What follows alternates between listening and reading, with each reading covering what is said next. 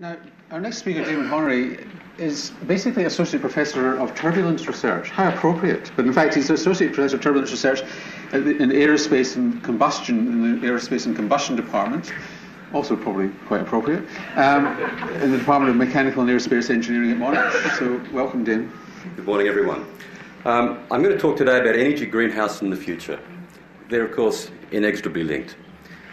I'll talk first a bit about some future energy, some past energy, then talk about some future energy. And then I'll link that to greenhouse and talk about how we respond in the future to the challenges that both of those problems pose. So the first thing we'll look at is sort of an historical picture of energy usage. Now, there's nothing new in this, but we need to establish a number of facts before we can develop further arguments on it. This is IEA data. It's from 2005, published in 2007. It's the latest sort of data available on energy usage globally. And it lists the various types of energy that we consume, known as primary energy. It can be defined a variety of ways, but in the end, this is the energy before we burn it. It's the energy available in the coal, the gas, and so on. Once we burn it in a power station, it becomes secondary energy. And of course, efficiencies reduce the amount effectively that becomes available to it. So a power station is 30% efficient, for example. So we lose 70% before we even put it in our toaster, for example. Down the bottom is a sort of historical representation from 1973 to 2005. And the numbers down here, unfortunately in energy, we express it a whole range of different ways. So some of the slides will have different units of energy, but in the end it's the relativity that's most important. We've effectively doubled the amount of energy that we've used since about 1973. It's gone up by about 83%. Let's call that a doubling for argument's sake. Population's increased by about 63%. Energy per person's increased by about 14%. So population is the major driver in energy consumption globally. Wealth is another driver, and that's starting to flow on now very strongly. But historically it's been mainly population, say for the last 20 to 30 years. 80% of it is fossil fuel energy. Great. 0.5% in 2005 comes from solar, wind or geothermal. And if you include hydro, it goes to about 2.7%, so hydro is about 2.2. So we have a long way to go if we're to lift renewables. That's the message we take from this. The second message is the population is incredibly important, and the third message is most of it is fossil fuel. Some of the other things to point out there, I suppose, is that 10% of our energy currently is combustible biomass, and that's normally the wood that's burnt in Africa and Asia for cooking and heating. And that's probably going to diminish as those countries' wealth grows. Now this plot's probably a bit difficult to read, but I've circled the bits that I have to remember to talk about. This represents a global picture based on various economic sectors, for example, the OECD, the Middle East, and so on. And if we compare the energy per person consumed, what we find typically is that the OECD typically has about 2.6 times the world average in energy consumption. Okay, about 2.6. We could call it 3 for argument's sake. Because most of this is fossil fuel, it will scale directly with carbon emissions. So we typically have something like that as well. If we have a look at the relativity to Asia and China, it's much, much greater.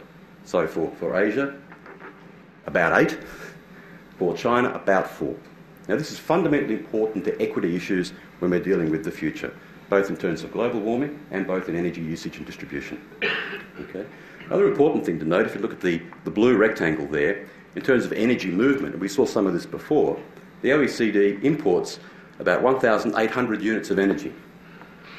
China, for example, imports 124. There's a huge relativity difference there between energy importation between the West and, for example, Asia and China. It's another important future factor.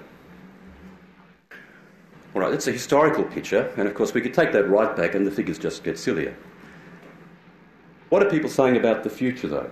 And we saw some of those predictions a bit earlier about what future energy might look like. Now, of course, predicting the future is fantastic because so long as you predict after you're dead, you can no one can ever argue with you. So, if we go to 2050, for example, what we see typically is around a range of somewhere between 1.8 to about 2.4 factor of energy increase. Okay, so it's quite a large increase in energy. Now, whether that comes from fossil fuel or somewhere else doesn't really matter for the moment. What we're expecting is a large and significant increase in energy. By 2030, you get somewhere around, say, about 55% for 2050, about doubling almost.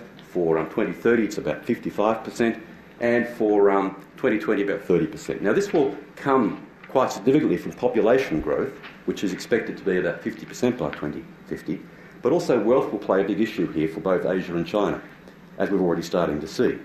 Okay? And for example, in India now, with the Tata Nano that you might have been hearing about, that represents one of the biggest fundamental changes to transport in India, and possibly globally, if that becomes the dominant mode of transport. Okay? We're basically replacing rickshaws and bicycles with motor vehicles.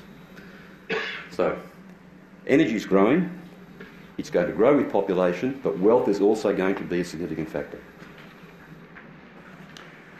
Okay, so what are our current energy reserves? Now this might be a bit hard to see. Now, I'm going to take a bit of a radical departure here because I think our energy is not really the problem, as I'm going to demonstrate. I'm an engineer, okay? So someone says to me, will we run out of oil? And I say, we will never run out of oil. Okay? If you look at the figures over there, we have about 10,000 energy units of oil, hectajoules, of conventional oil, about 35,000 EJ of unconventional oil. There is plenty of oil for the next 50 years. People in this room will be able to afford it. It will get very, very expensive. It will get very, very dirty. But we will be able to afford it relative to, say, Asia, for example, and China and other places, so long as their economy doesn't go gangbusters again. We have probably somewhere between 500 and 1,000 years of coal available to us. So the figures are imaginary, but in the end, we have a lot of coal. I can turn coal into fuels for your car. You want gas? I'll turn it into gas. You want chemicals? I'll turn it into chemicals. No problems. It's expensive. We do it already. Oil is much cheaper to do this with. We get 300 chemicals out of oil, typically in a refinery. And we often don't talk about those, and that's the medicines, the resins, the lubricants, and all the rest of it that we get. They are a fundamental part of the global oil economy, but we very rarely talk about them. However, coal can probably replace most of those with the right chemistry. So fossil fuels aren't likely to be an issue for the next 50 years, and we really need to focus on 50 years. Okay? So, what do we learn from this? Fossil fuel reserves are likely to unlikely in the next 100 years. They'll get more expensive and very much dirtier. So what's the problem? Well, we've already heard quite a bit about it. An environmentally sustainable future is likely to mean limiting greenhouse gases to between 50 and 85% of year 2000 emissions by 2050 to stabilise average global temperature rises to 2 to 3 degrees. It's a typical scenario from the IPCC, and one I think which is probably closer to the truth and probably already underestimating the changes that are already occurring in terms of what we need to do. Now think about that. By 2050, we have to reduce our 2000 emissions, that's 2010 almost now, by between 50 and 85%. Now, given that most of our energy comes from fossil fuels, that means reducing fossil fuels by a similar amount. Okay? Equity in reducing those emissions is going to be a global priority. If I'm China, I will be very concerned about this. If I'm Asia or Africa, doubly concerned about it. Okay. So what does that mean for people in this room? Well, reducing our emissions by between 50 and 85% on a per capita basis now is what we'd like to look at. This is a graph showing the years up to about 2050. On the other axis there is CO2 emissions per person. The bottom slide represents reducing the global world average to between 50 and 85% by the year 2050. The top one is what Australia would have to do. Now, Australian emissions are typically about 4 times per person what the world average is going to be. So that would represent our sort of reduction. Now look at the figure there. We're going from about 30 to about 10, or 30 to somewhere below 5. Okay? That's simply because population changes. We expect population growth. I heard a figure this morning of 30 million for Australia by 2050. Now, who knows what it will be, but it could be very much larger than what it is now. Well, equity is an issue. What happens if Australia has to reduce its emissions to a global average? China and Asia and everywhere else finally gets access to world power and says, you'll do the same as us. We have to end up down here somewhere. Now, under the 50-85 scenario, we have huge reductions. And if we look at that in terms of what it actually means, for a place like Australia, it's a 12 to 40-fold reduction in our per-person emissions. Think about that. I drive 40 kilometres to work. That means I get to use 1 kilometre of my car. That's what it effectively means. Right? 12 is the 50%, 40 is the 85%. For 2030, the numbers are equally as shocking, somewhere around, say, a factor of 5 at the upper limit, maybe a factor of 3 for the lower limit. That's by 2030. We're squabbling over a 5% reduction by who knows when. Okay? So the changes necessary are massive. Now, given that we're probably going to be dominated by fossil fuels, as I'm continuing to argue, emissions must fall at the same rate as fossil fuels fall. They're inexorably linked. Okay? So, where will the energy come from? We've got this doubling in energy. If we want to maintain our economic growth, we have plenty of fossil fuels, but we simply can't use them, unless we don't care about the environment, of course. Where will the energy come from? Well, renewables are often put forward as a potential solution. I'm very interested in renewables. I've spent a long time doing research in that area, particularly on renewable transport fuels. This is a list of the availability of renewables globally. Now, there's lots of doubt about some of these numbers, because how can you really determine what the geothermal power is when it's mostly 5 kilometres below the Earth's surface and we haven't really looked? It's a bit hard to do that. So if you look at geothermal, it ranges from 3.6 units to something over 5,000. When you see that range, you know it's nonsense.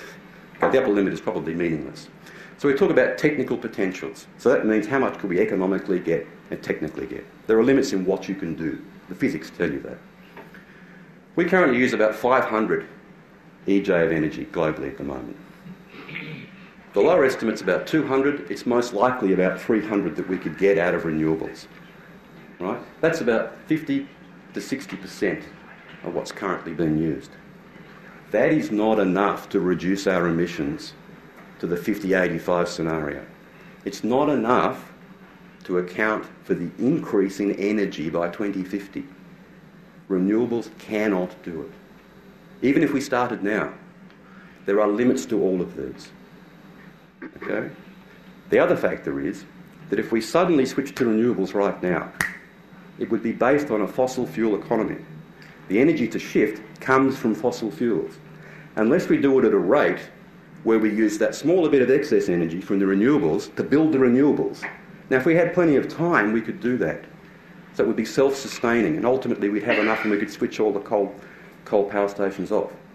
If we were to do it too quickly, like this, that change alone could release sufficient fossil fuels to create some of the tipping points that we've been hearing about. So we're caught in a very odd dilemma here. So what is the solution really? Well, the last one says it all. We simply have to use less energy. We can't continue to use the energy that we're using. It's just sheer madness to go on like this. We can't do it with renewables, not in 100 lifetimes. Okay? The only way to do this is to simply reduce our energy use. Okay, thank you.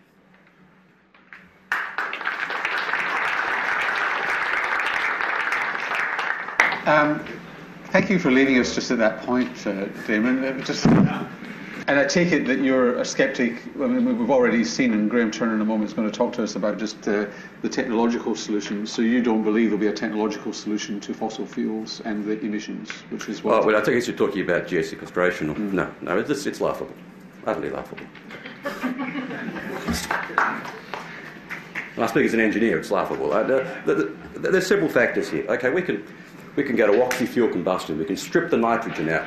That'll cost us energy. Okay? We'll increase the efficiency of the power station, great. Then we have to collect all the CO2 comes out. It's going to cost us energy. Then we have to find somewhere to put it underground and convince the people locally to do that through some regulatory body.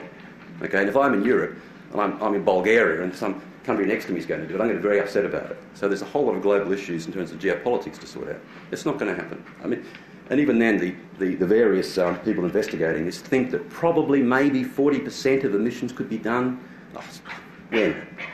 You know, we've got a couple of places globally where this has been investigated. One in Victoria, they're pumping a few tonnes of CO2 down, and they're going to build a global scale geosequestration on this. That's nonsense. So you're bringing your tent to the Clayton campus so you don't have to drive 40 kilometres every day? Well, that's why I work in alternative fuels, you see. I'm desperately trying to find my own solution to sustainable transport. Thank you very much, Tim. That's great.